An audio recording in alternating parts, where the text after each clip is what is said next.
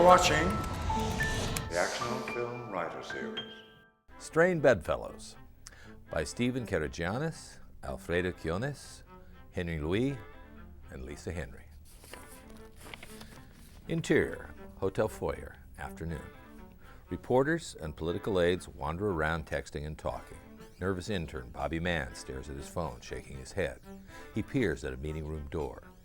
Interior, hotel meeting room, afternoon. Bobby slips inside the dim room.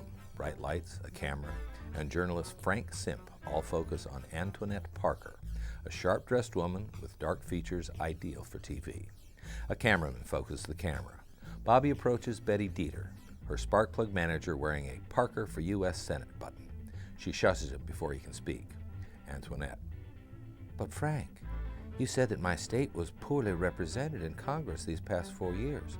On your own show. Frank. Well, actually, I was saying, Antoinette, look, I led sweeping reforms in my state, now used as a model nationwide. Next week, if elected senator, I lead that same type of reform in Congress. Frank. Those are bold statements, Miss Parker. Antoinette.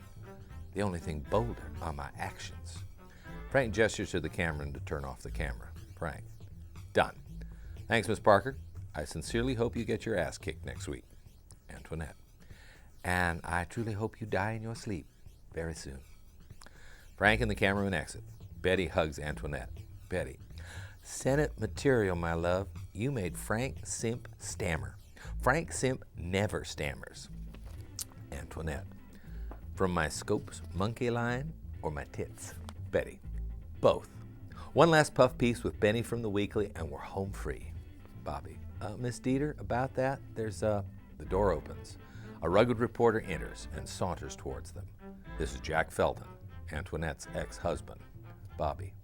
Been a change? Betty. No way. I was told it was Benny.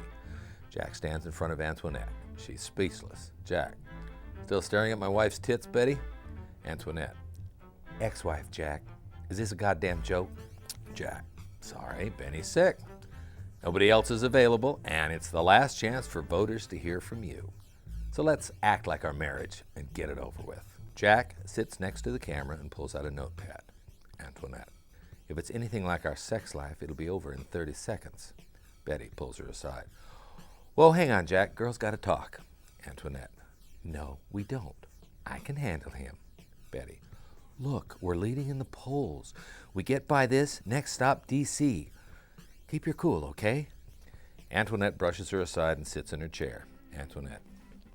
Try and be professional, Jack. Jack. Of course. By the way, your tits look great in that shirt. Antoinette. You won't get the best of me, Jack. Jack. Already had the best of you, Tony. Antoinette. You can shove that straight up your ass. Jack. Try and be professional, Tony. Betty. Jack, you prick. Get the hell out now. Jack pulls out a recorder, clicks it on, and sets it down. Jack. Okay, Miss Parker. How do you feel about outing Governor Levi? Betty whispers to Bobby. Okay, we need to end this. Bobby. After one question? We can't. Antoinette. I have a contempt for those who commit and cover up sexual indiscretions. That he had a male partner was incidental. Jack. I see. Well, that's interesting. Antoinette. Remember you forgot our 5th anniversary? Jack. Remember I forgot? Can I use that? Antoinette. Yes, and use the part about the strange perfume on you that night from Carla. Jack.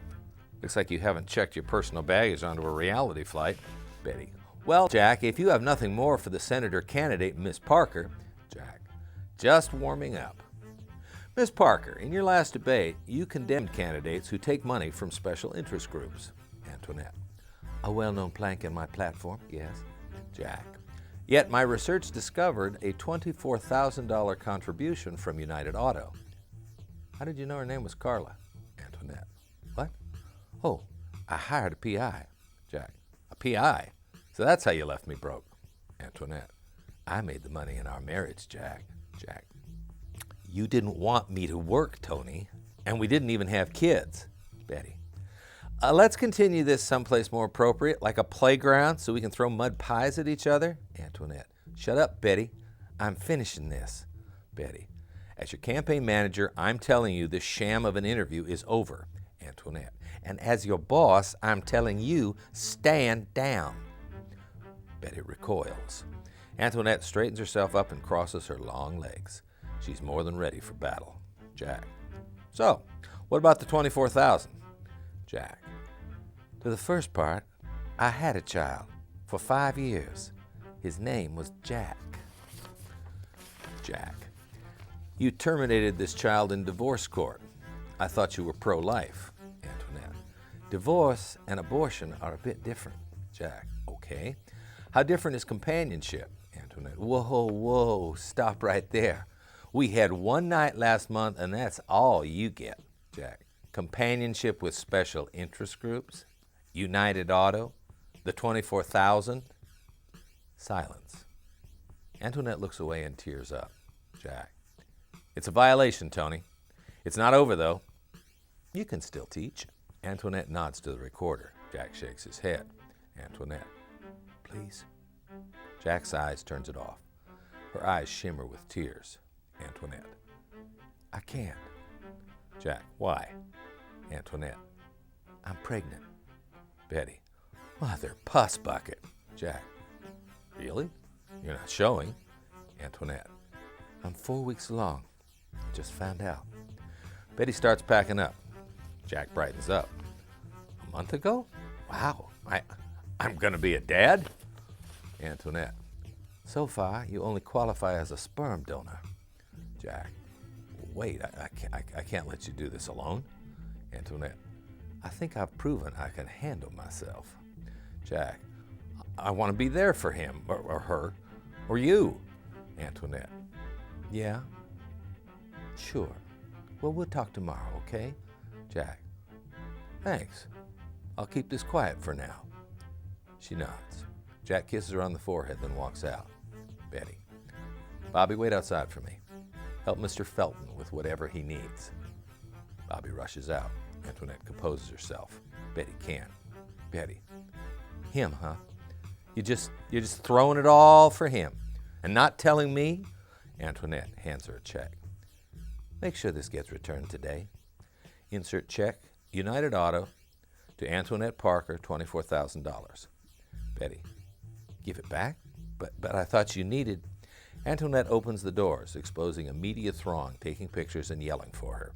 She smiles and winks at Betty. Betty, you devil, you're not pregnant at all. Antoinette, but I still have great tits. Antoinette triumphantly faces the media. The door closes.